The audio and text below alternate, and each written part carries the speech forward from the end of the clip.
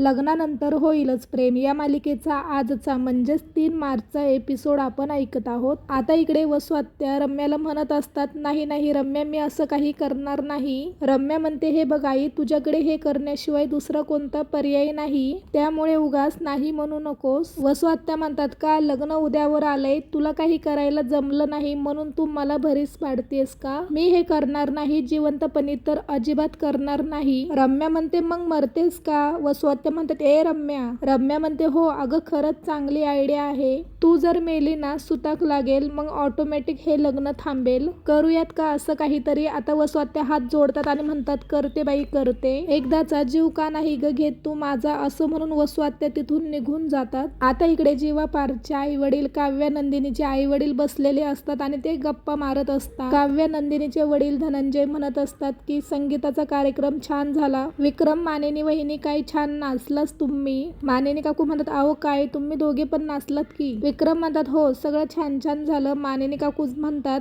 जरा दमायला पण झालंय हो की नाही. विक्रम म्हणतात, अगं काय मानिनी, एवढ्यात दमलीस तू? अजून नातवंडांना शाळेत सोडायचंय, त्यांच्यासोबत खेळायचंय. आता हे चौघही हसायला लागतात. मानिनी काकू म्हणतात, नातवंडांना सोडायला शाळेत अजून भरपूर वेळ आहे. आधी आपली मुलं हे सर्व झाल्यानंतर भोवल्यापर्यंत पोहोचली, हे लय झालं म्हणा. शारदा काकू म्हणतात, खरं आहे बाई, कधीतरी असं वाटायचं त्यांची ही जी परीक्षा चालू आहे ना, त्यामध्ये ही पोरं पास होतात की नाही. तेवढ्यात मागून आवाज येतो, पास झाली. आता मिथुन काका तिथे येतात. आता हे चौघे जण उभे राहून मिथुन काकांचं स्वागत करतात. मिथुन काका विक्रम यांच्या गळ्यामध्ये पडतात. मिथुन काका म्हणतात, दादा तुमच्या पोरांच्या लव्ह स्टोऱ्या फेल होणार नाही, एकदम पोपटाचा डोळा, आय लाईक दिस. सगळेजण हसायला लागतात. विक्रम म्हणतात, नाही नाही, सकाळपासून खिडकीवर कावळा ओरडत होता, म्हटलं आमचा मिठू मिठू बोलणारा पोपट आज येणार. मिथुन काका म्हणतात, यस, आता या पोपटाची पोपटपंची ऐकायला तयार राहा. मानिनी ताई आपल्या जीवा पारच्या लग्नाचा माहोल असा बनवतो की नाही, सगळे एका सुरामध्ये म्हटले पाहिजे, आय लाईक दिस. मानिनी काकू म्हणतात, बट आय डोंट लाईक दिस मिथुन भाऊजी. मिथुन काका म्हणतात, काय झालं? मानिनी काकू म्हणतात, काय भाऊजी, इतक्या दिवस फोनवर बोलत राहिला, इथे काय काय होऊन गेलं? मिथुन काका म्हणतात, आता काय सांगायचं, साड्यांचा बिझनेस होता ना, राज्यभर फिरत होतो, तरी पण मी विक्रम दादाच्या टच मध्ये होतो आणि आमची मंजू वसुताईंच्या टच मध्ये होती. पण काही म्हणा, उद्या आपल्या मुलांचं लग्न आहे, त्यांनी इतके चटके सोसले ना, त्यांना त्यांच्या लग्नाची भाकर मिळालीच पाहिजे. माझ्या डोळ्याचं पारणं फिटणार आहे, आय लाईक दिस. विक्रम म्हणतात, हो फिटणार. मानिनी काकू म्हणतात, आता सगळं व्यवस्थित होऊन दे म्हणजे मिळवलं. मिथुन काका म्हणतात, होणार, आता सगळं व्यवस्थित होणार. आता मी आलोय ना, तसंही मी लग्नाला येणारच होतो, आता कुठलंही संकट येणार नाही, मी सांगतोय ना तुम्हाला. विक्रम म्हणतात, अरे तू असताना संकटाची काय हिंमत इकडे तिकडे फिरकायची. मानिनी काकू म्हणतात, एकटेच आलंय का? मिथुन काका म्हणतात, आहो एकटा कसं येणार मानिनी वहिनी, मंजू आली आहे ना, कसं आहे ना, मुली पण येणार होत्या, परीक्षा सुरू आहेत, त्या पण आल्या असत्या, आता ही गेली तिकडं नवऱ्या मुलींना भेटायला, मी आलो आपलं इकडे देवाला भेटायला, आय लाईक दिस. मानिनी काकू म्हणतात, भाऊजी थोडं अगोदर तरी यायला हवं होतं ना, बघा ना, संगीत झालं, मेहंदी झाली तुमच्याशिवाय. विक्रम मिथुन काकांना म्हणतात, बघ आणखी मज्जा केली असती आपण. मिथुन काका म्हणतात, आहो वहिनी, लग्न घरामध्ये हळद मेहंदी संगीत हे होतच असतं, पण आपल्या घरामध्ये आत्याची पोर जोपर्यंत फुगत नाही, रुसत नाही, काही कान करत नाही. मिथुन काका पुढे काहीतरी बोलणार, तेवढ्यात वसू आत्या तिथे येतात आणि आता हे सगळेजण शांत होतात आणि वसू आत्यांकडे पाहतात. विक्रम म्हणतात, काय ग वसुताई, काही काम होतं का? वसू आत्या म्हणतात, नाही अरे विक्रम, बरेच दिवस झालं मनामध्ये एक गोष्ट होती, पण आता ना गैरसमज खरंच दूर झालाय माझा. मानिनी काकू म्हणतात, म्हणजे नक्की काय म्हणायचे वसुताई तुम्हाला? विक्रम म्हणतात, आता कसला गैरसमज? वसू आत्या म्हणतात, हेच ग मानिनी, मी धनंजय यांना उगाचच बोल लावत होते, आरोप केले ग मी ह्याच्यावरती, माझ्या नवऱ्याच्या मरणाला हा जबाबदार आहे म्हणून. पण धनंजय, माझा गैरसमज दूर झालाय, मी माफी मागते तुझी, असं म्हणून वसू आत्या हात जोडतात, माफ कर मला. आता इकडे त्या धनंजय यांचे डोळे पाहणवतात, ते सुद्धा हात जोडतात आणि म्हणतात, आहो वसुताई, माझ्या काळजावरचं ओझं उतरलं, आता मी मरायला मोकळा. आता सगळेजण म्हणतात, अरे असं काय बोलतोयस? विक्रम म्हणतात, अरे का चांगल्या वेळेसला असं बोलतोयस तू? मिथुन काका म्हणतात, हा तेच ना, आय डोंट लाईक दिस. पण वसुताई, आय लाईक दिस, तुम्ही बरोबर बोलला. बरं यावर तुम्हाला आईस्क्रीम खायची का? मी आईस्क्रीम घेऊन येतो. वसू आत्या म्हणतात, ए नको नको, मला आईस्क्रीम नको आहे, मी झोपायला जाते आता, असं म्हणून वसू आत्या तिथून निघून जातात. हे सगळे सगळेजण आता सोप्यावर बसतात आणि पुन्हा गप्पा मारायला लागतात. वसुआत्या थोड्या अंतरावर जाऊन थांबतात आणि यांच्याकडे पाहतात. वसुआत्या मनातल्या मनामध्ये म्हणतात, रम्या तू सांगितलं म्हणून मी बोलले हे सगळं केवळ यांचा विश्वास जिंकण्यासाठी, पण याचा आता काहीतरी उपयोग होऊन दे. उद्याच्या लग्नात काहीतरी धमाका कर ना. आता दुसऱ्या दिवशी इकडे मंडपामध्ये लग्नाची तयारी चालू असते. धनंजय आता गुरुजींकडे जातात आणि म्हणतात, गुरुजी काही लागणार आहे का? लागणार असेल तर सांगा नक्की. तिथे गुड्डू असतो. गुड्डू म्हणतो, तुम्ही काळजी नका करू, मी आहे ना, मी पाहतो सगळं. आता ते शारदाताई धनंजय यांच्याकडे येतात आणि म्हणतात, अहो या वेळेस गौरी पूजनासाठी 2 चौरंग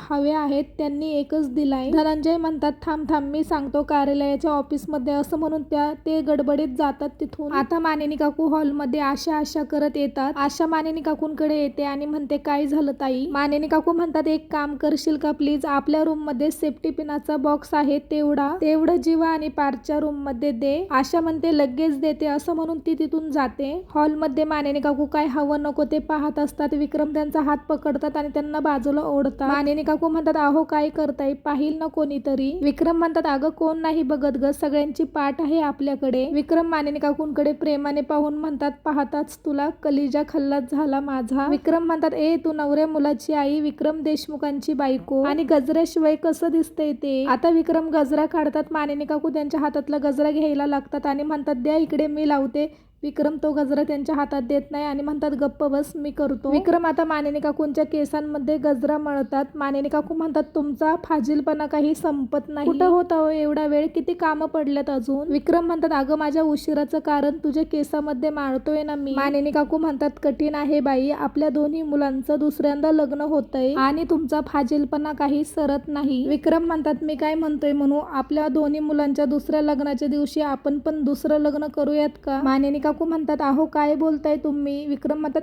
हा मग त्यात काय एवढं? अगं हल्ली आजकाल आई वडिलांचं पुन्हा लग्न लावून द्यायची फॅशन आहे. हे बघ, आपली जर पुन्हा लग्न करायची तयारी असेल ना, तर मी आपल्या मुलांच्या आणि सुनांच्या डोक्यामध्ये हे पेरतो. मानिनी काकू म्हणतात, तुम्ही काही बोलू नका, गप्प बसा. अहो आपल्या मुलांचं लग्न आहे, त्यांचं मंगल कार्य आहे, ते व्यवस्थित पार पडेल का? तुम्ही याचा विचार करा. आणि तुम्ही तर आपल्या दुसऱ्या लग्नाचा विचार करताय. कठीण आहे बाई, तुम्हाला जराही टेन्शन येत नाही का हो? विक्रम म्हणतात, हे बघ, मी परत सांगतोय तुला आणि धन्याला सुद्धा, अरे इतकं सगळं होऊन गेलंय, मुलांचं लग्न पार पडेल की नाही याचं टेन्शन तू अजिबात घेऊ नकोस. सगळं व्यवस्थित होणार आहे. अगं तो देव कुठलंही विघ्न येऊन देणार नाही, काही टेन्शन घेऊ नकोस तू, खूप गोड दिसतेस तू. मानिनी काकू आता लाजून तिथून निघून जातात. रम्या मस्त नटून हॉलमध्ये येते. तिच्या हातामध्ये गजरा आणि मुंडवळ्या असतात. हॉलमध्ये येऊन ती आलेल्या पाहुण्यांसोबत बोलत असते. तेवढ्यात तिचं लक्ष तिकडे काव्यार्थ या नावावर जातं. ती त्या बोर्डकडे पाहतच असते. तिला आठवतं की गुरुजी काय म्हटलेले असतात, तुझं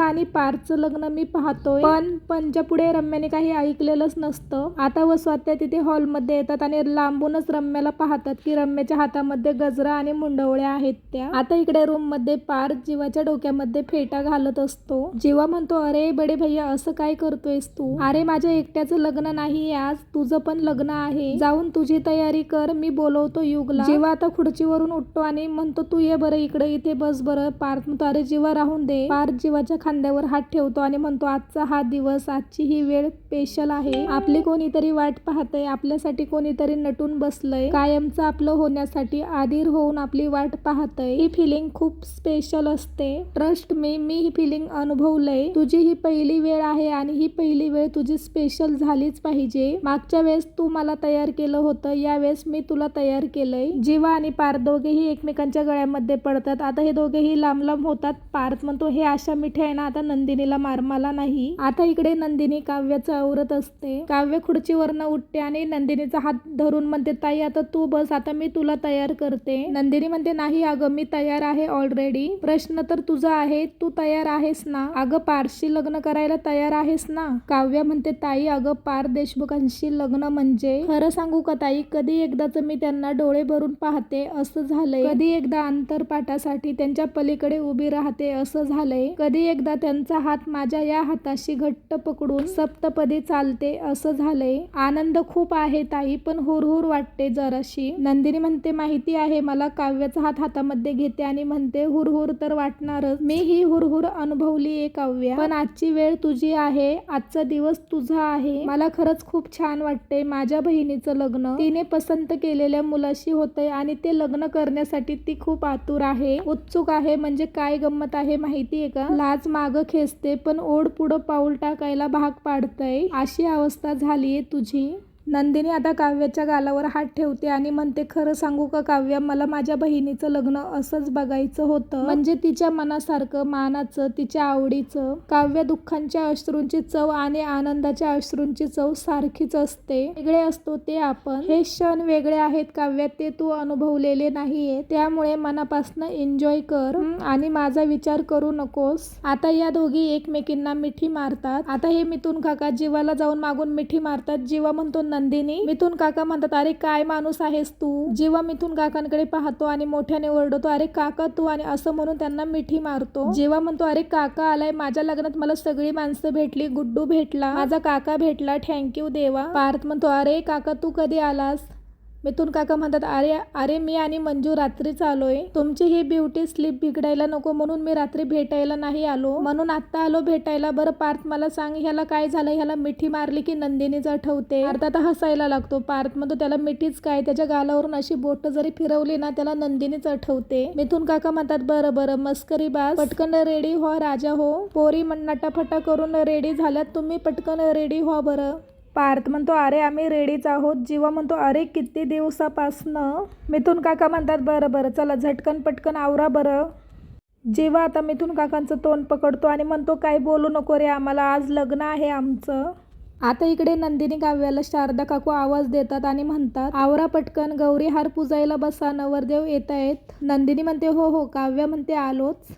नंदिनी काव्याला म्हणते चला. आता या दोघीही त्यांच्या रूम मधून बाहेर येतात. आता इकडे हॉलमध्ये मिथुन काका ओरडत येतात, म्हणतात चला चला नवरदेव आले, नवरदेव आले. जीवा आणि पार्थ सोबतच हॉलमध्ये येतात. ते छान मस्त नटून आलेले असतात. रम्या पार्थकडे पाहून खूप खुश होते, तिच्या डोळ्यात थोडंसं पाणी येतं. मिथुन काका आता इकडे गुरुजींकडे जातात आणि गुरुजींना म्हणतात गुरुजी आता काय करायचं मला सांगा बरं. गुरुजी म्हणतात नवरदेव आले का. मिथुन काका म्हणतात हो हो आले आले. आता अंतरपाठ धरूयात. मिथुन काका म्हणतात हो धरूयात ना. मुली तिकडं गौरी हार पुजायला बसले असतील, आपण काय करू. अष्टनायक वंदना झाली की मामांना सांगा मुलींना आणायला. मिथुन काका म्हणतात गुरुजी मीच मामा बनतो ना, कारण त्या मुली मला भाची सारखे आहेत. गुरुजी म्हणतात चालन, काहीच हरकत नाही. मिथुन काका म्हणतात आय लाईक दिस गुरुजी. झटकन अभ्यास, पटकन पास, लगेच घेऊन येतो, असं म्हणून मिथुन काका तिथून जातात. मिथुन काका युगला जाता जाता आवाज देतात आणि म्हणतात अरे आपल्याला अंतरपाठ धरायचंय, तू कुठे जाऊ नकोस. युगंधर म्हणतो चालते ना, म्हणजे मामा भाच्याची जोडी आज अंतरपाठ धरणार. अरे वा क्या बात आहे. आता इकडे नंदिनी आणि काव्या पूजा करत असतात. पूजा करता करता नंदिनीला आठवतं की मागच्या वेळेस तिच्या लग्नातून तिला कसं किडनॅप केलं होतं. काव्य तिच्या खांद्यावर हात ठेवते. आता ती स्वतःला सावरते आणि आता दोघीही पुन्हा पूजा करायला लागतात. मिथुन काका आता तिथे येतात आणि म्हणतात बाय म्हणजे काय दिसताय तुम्ही, वा वा एकदम सुरेख, सुंदर, सात्विक. अरे वा वा आय लाईक दिस. अरे बापरे काव्या मॅडम तुम्ही तर एकदम नक्षत्र सारखे दिसताय. काही म्हणा, तुम्ही दोघी जणी देशमुखांच्या घरातील वृंदावना सारख्या दिसतात. इकडे नंदिनीचे डोळे पाहणवतात. मिथुन काका म्हणतात अगं नंदिनी काय झालं. नंदिनी म्हणते काही नाही. नंदिनी म्हणते काय गंमत असते ना मिथुन काका, कधी कधी आपल्या आयुष्यभराचा जोडीदार आपल्या समोर उभा असतो पण आपण त्याला ओळखू शकत नाही. मिथुन काका म्हणतात त्याचं काय आहे माहितीये का, ती प्रेमाची आणि नशिबाची लढाई फार जुनी आहे. तुम्हाला म्हणून सांगतो, खरं प्रेम आहे ना अगदी जिंकतं म्हणजे जिंकतच. बरं आपल्या आयुष्यभराचा जोडीदार आपल्या आजूबाजूला असतो, आपल्या सोबत असतो, ते तुमच्या भाषेमध्ये काय म्हणतात सूरमेट, पण ते आपल्याला ओळखूच येत नाही, आपण त्यांना ओळखू शकत नाही. ही नशिबाची चाल असते. पण तुम्हाला म्हणून सांगतो प्रेमाने सगळे पडदे दूर केले, सगळे संकट तुम्ही पचवली, काय तो प्रवाह असेल तो तुम्ही सहन केला. आता जास्त काही विचार करायचा नाही, गेले ते लोकांचे, राहिले ते आपले. मागचा विचार करत बसू नका, त्रास होईल, कळलं का. आता काव्या म्हणते नाही मिथुन काका तसा मागचा विचार आम्ही करत नाही, पण कसं आहे ना हे तर आठवतच ना, मागच्या वेळेस ज्या